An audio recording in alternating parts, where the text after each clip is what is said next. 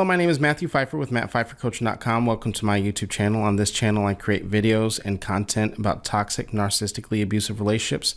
And if you have a question that you'd like for me to answer, make sure you send it to justaskmatt at mattpfeiffercoaching.com. Again, that is justaskmatt at mattpfeiffercoaching.com. Just make sure you keep the email 2 to 3 paragraphs max, and you're also very direct and to the point of what your question actually is. If it's too long, if it's too lengthy, unfortunately, I will not be able to get to it.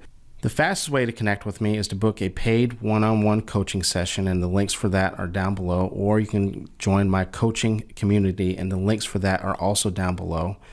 There's a free 7-day trial for the coaching community, and again, those links are down below. And as always, don't forget to subscribe and hit the bell notification so you're notified each and every time I upload a new video. I upload new videos on this channel 5 days a week, Monday through Friday. And with that being said, let's get into this email. So this email comes from a person who is writing to me because they are stuck in a trauma bond. And so if you're familiar with trauma bonds, if you've been in a toxic relationship, you hear people talking about them all the time, right? And so what is a trauma bond? It is a dysfunctional attachment in the presence of danger, exploitation, shame, guilt, those sorts of things, right? So we have to understand that when you're recovering from a toxic relationship or a narcissistically abusive relationship, it is much more like you are recovering from an addiction, right? And so you are literally addicted to that person, and it's a struggle. It's tough, right? When you separate and you still literally crave them, and it's the first time that you might be dealing with yourself emotionally. And so let's get into this email. Hi, Matt. Thank you for what you do. It's really helpful. My question is, what is the most effective way to escape the trauma bond and stop ruminating about the narcissist? I've been in this relationship for 12 years and we have 2 kids. Multiple infidelities, absent boundaries, minimization, gaslighting, extreme manipulation, and emotional, never physical abuse. And I never left. This is the first discard. And of course, he's making me feel guilty and like I'm to blame. So one of the things that's very common, it's very common for someone who's toxic and narcissistic to blame someone else because they don't hold space due to their lack of empathy and projection. They don't hold enough space to be able to accept any responsibility. And anything negative that happens in their life, they have to blame someone. So why not blame the person that is never going to leave? And so let's continue with this email. I've been trying to go low contact, but he comes around my house almost every day, texts me good morning, asks me random question, or goes hot and cold on me. It's so hard not to respond. I get sucked back in. I'm going to circle back to that here in a second. I've been trying to meditate, journal, watching videos, exercising, etc., but my mind always goes back on him and what he's doing, who he's talking to, etc.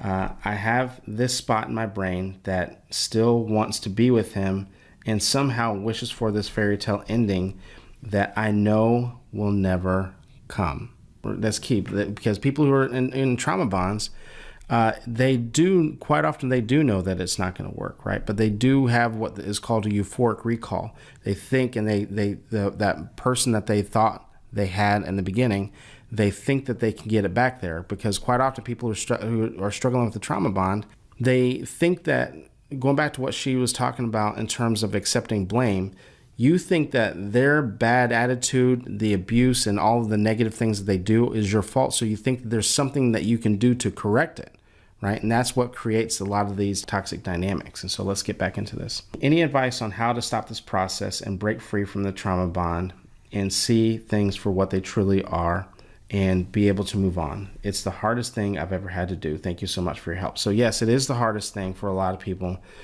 So a lot of things that you're doing, the meditation, the journaling, the watching videos, exercising, all of those things are great, but they don't work when you're making one huge mistake, right? And for people who have taken any of my trauma bond courses, and I have courses available on trauma bonds for anyone who wants, those are linked down below. You have to go much lower contact. What you're doing is not considered low contact, right? For someone to feel comfortable to come around anytime they want, for you guys to still be talking, at least talking enough that he can make you feel guilty, getting you sucked back in, right? None of those other things work with this level of contact, When I say low contact, we're talking about extremely, extremely minimal. And so one of the issues that you're having here, that I'm hearing, is that there's no custody order. So he can come back around for, assuming that you guys still share a mortgage together, assuming that you guys still share a lease together. There are no boundaries, and you mentioned that, right? We got to set some very clear-cut, hardcore boundaries first, right? People who stay in contact, in regular contact, and I get it, we need to maintain low contact whenever we share children. But when we are talking to them close to every day, those sorts of things, what happens through that process, and just like I was talking about in the beginning, is this is much more of like recovering from an addiction. And for those of you who follow me for a while, I used to be an addictions therapist. And you still talking to this person regularly, multiple times, possibly multiple times a day, and talking about feelings and this and that, and allowing for them to engage and making you feel guilty about certain things with no custody order. They're coming around the house unannounced, that sort of thing. Number one, they still have control. But number two, that's literally like someone who struggles with an addiction still talking to their dealer. Right? You just know that it's a matter of time before they spiral. So you literally are, even though you guys might be separated, you're still in the relationship. So the trauma bond, we can't even address some of the other issues, right? And we have to understand that the toxicity of what's happening here, of what's creating the trauma bond, still exists. So we're not even like doing any process of healing, because the things that are causing the damage are still there.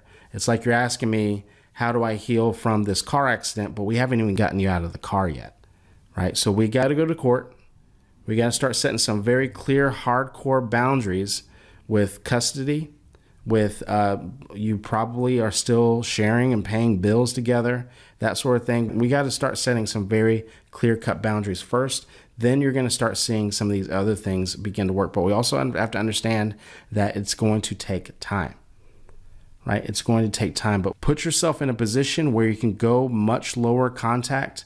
And the only way to do that is to have a custody order in place to actually begin to go through the divorce process if you're divorced, but begin to set some boundaries where this person doesn't have this level of control over you first. Right? Then you're going to start to notice that some of these other things work.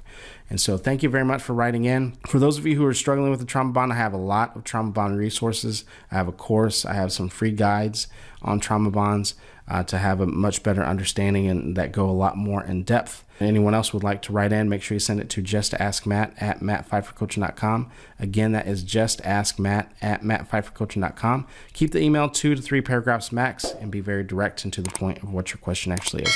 That being said, thank you very much. Now we'll see you in the next video.